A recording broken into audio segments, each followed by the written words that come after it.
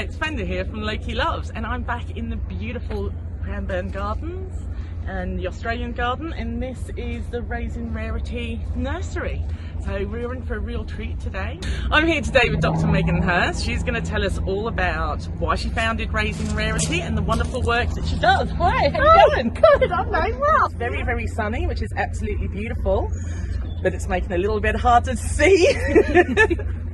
I'm here with the lovely Meg Hirst, and she's going to tell us all about Raising Rarity, the work she does at the Victorian Conservation Seedbank, and also with Royal Botanic Gardens. Okay, well, I work in the Victorian Conservation Seedbank, and that's based at the Botanic Gardens in Melbourne, in the herbarium. And basically what we do is we go out and collect rare and threatened seed across Victoria for long-term safekeeping, so for ex situ seed conservation, and we've been doing that since 2005. Fantastic. You've got a bit of a collection then, just a little bit? Just a tad, 1,500. Yeah, so we've got quite a lot of species. Roughly, I think 55% are rare and threatened Victorian species that we've collected and banked for safekeeping. And some more statistics, I think about 75% of those are federally listed. So we do a lot of work looking after rare and threatened species. So we do field work, and how this Raising Rarity came about was that through working in the mountains, and it was also part of my PhD, I was lucky enough to work with these fellas, these beautiful alpine daisies, and they're exquisite, aren't they? They are absolutely exquisite. You'll get to meet Mandy later, but Mandy has just got the cultivation down perfectly. Beautiful collection we've got here to show today. But so I've been collecting seed up on this. This comes from the Bogon High Plains. But what Raising Rarity is about, these species are rare and they're threatened. This one particularly, it's endangered. It's in a specialised habitat, so it needs certain conditions to grow. And so you start working with these species, and I'm not kidding, you're up on the Bogon High Plains, so you're above the tree line, and there's all these beautiful flowering plants, and you're just going, I just want to share this, I want to share this. So we just, through a friend of mine, Dr Sue Murphy, we sat down one day in a botanic garden, as you do. We sat down and we just started talking about, these beautiful rare plants, and what could you do, and how, I want to grow them I want to put them in my backyard, and how do you do that? And then we kind of came up with this idea that maybe you could start testing the horticultural potential of rare and threatened flora for the home gardener. And, because why not? And why not spread the joy, but also the responsibility? We all should kind of do our part and grow species that maybe might need a bit of a helping hand. And there's a lot of those species around, so looking at kind of numbers over the last 20 years, there has been thousands of species hitting the endangered list, and extinctions are beyond the roof. And as you all know, in Australia our biodiversity is very unique. We can't afford to lose all of these species. 90% of the species only occurs in Australia. That's incredible. It is incredible. Yeah. So this is what it's all about. And we're growing these to introduce to the home gardener, and just to kind of say, hey, let's celebrate our flora, but also let's start thinking about the plight of our flora, and maybe there's something we could do to get involved. Yeah. So that's what it's about. This is Brachyscome tadgellii, Tadgell's daisy, named after James Tadgell. I think it's Alfred James Tadgell from memory. Anyway, he was an accountant by day. But unusual. Yes, accountant by day. But in the 20s, he was an avid a field naturalist, so he's part of the club. And in the 1920s, early 1920s, he did a floristic survey of the Bogon High Plains where these belong. And so it's in his honour. The common name is Tadgell's daisy because he did all this amazing survey work up there in the 20s. So that's just a nice story why it's a common name. Fantastic story. When I was doing a bit of research, I hadn't come across that. So thanks so much for sharing. Yeah. And this is one of your favourites as well, Russell was telling me. Yes, yeah, it is. And if you ever are up where this grows, so up above the tree line, it is just an incredible place to be.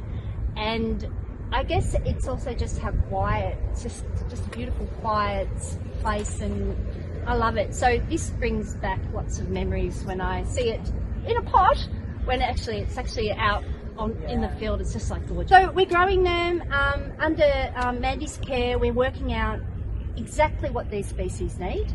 There's a lot of research that's gone into this in the background, where we've done a lot of germination experiments, trying to work out, does it have a seed dormancy, for example? So this one doesn't. So what does a seed dormancy mean? Well, I guess you've got to think about where that plant occurs. And so these are high alpine species. So there could be a seed dormancy in the fact that when they shed their seed, they might not want to actually germinate readily. They might want to hold back and just go, hey, I might come out when it's spring as opposed to coming out just before there's a huge dump of snow. But so we try and work with species that we know don't have really complex dormancies, or they have dormancies, for example, like they might have a hard seed coat that we could easily rectify by just chipping them or so forth. But we work with species that are reasonably easy to propagate, again, because we're trying to get that message out, get people to be able to grow them. And the Brachyscome tadgellii, it just germinated readily, so it was really great to work with. But one thing that we've been noticing over the years we've been working with this species is just the variation of form. And it's quite a difference, isn't it? Yeah, yeah. So there's another species, Brachyscome nivalis, the snow daisy, that co-occurs, and it also has a very similar leaf shape. This is actually Brachyscome tadgellii, but we just wonder if there's a lot of variation going on and changes in leaf. A little bit more. Yeah. And then we've got, where's that robust one, Mandy? This one. Yeah. That's it. And then we've got like the steak. It's just so lush, isn't it? And it feels succulent, great little, doesn't it? Yeah, great little hiding spaces for insects as well. But the other thing is, when you look at it, see how you've got this one here beautifully in flower and the peduncle sitting up really nice and straight. There's all these other little buds in here just ready to go. 1, 2, 3, 4, 5, 6. So it just keeps on giving. Yeah. So the beauty of this particular plant that we're working with, and why I love it, is you get to keep it flowering, and it just is a joy to just watch these buds come up. The peduncle grows so beautifully, and then just have this. It is just a joy, isn't it? Yeah.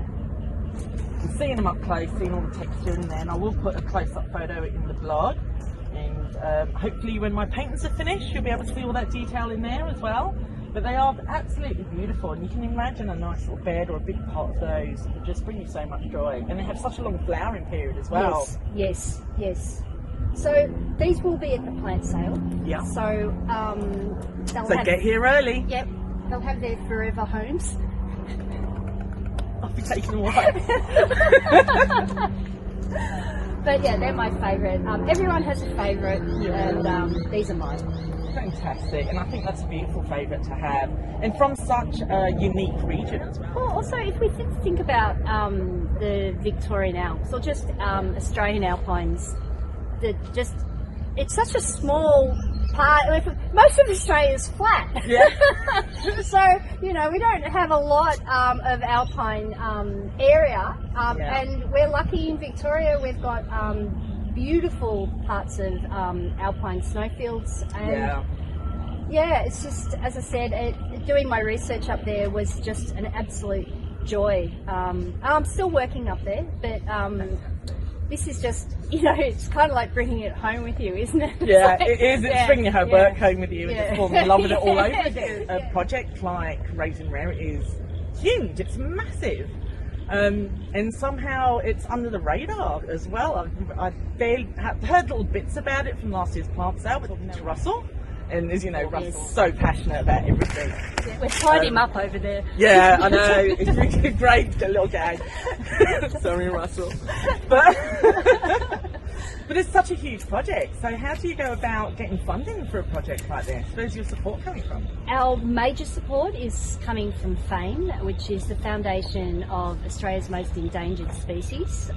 They have been awesome. They've come on board and they're funding our first stage of really getting a good suite of plants up to look at how we can engage not just the home gardener, but looking into school engagement and traditional owners. We're trying to get more engagement across the board and see what conversations come. The other thing, we also have small grants that are either species specific or are only alpine. So from the Victorian Alpine Society, they have provided money for us to explore just alpine plants, and they are such an amazing group, and they're so into their plants. So we really thank FAME, who are just running with us, and that is fabulous. And also the philanthropic work that's come through with the Victorian Alpine Society, which is awesome. Yeah, that's a real cherry on the cake, really, isn't it? Especially because you love the alpine area so much. And I think every year there's a couple of 2 or 3 new species being found in those regions. So you just don't know what you're going to find when you go out there to do your research as well. Well, there's one species, Kelleria boganensis being bog on high plains, that the population there is so small and it's so difficult to actually find.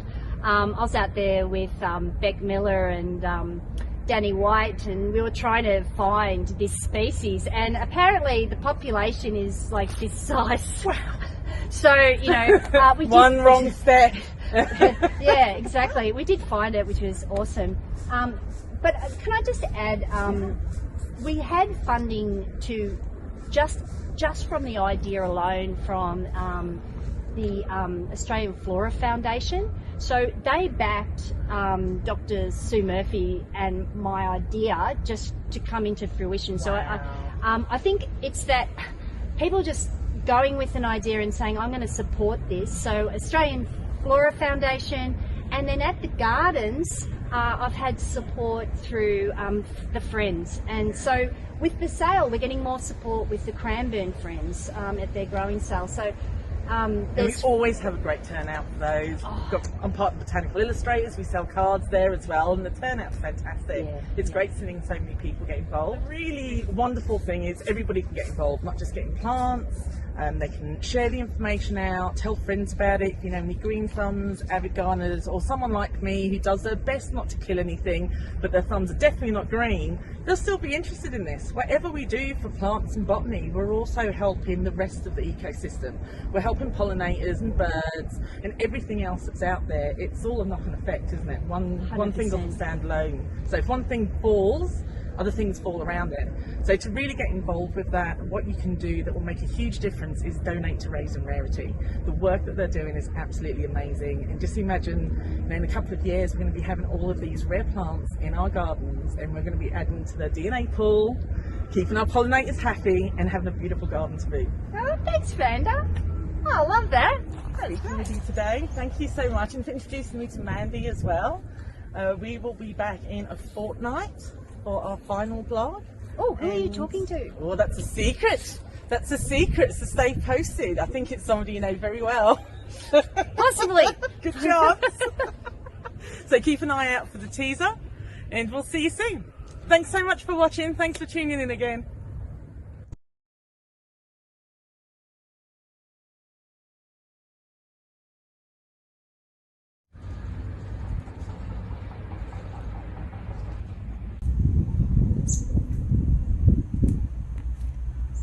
We have little bandicoots.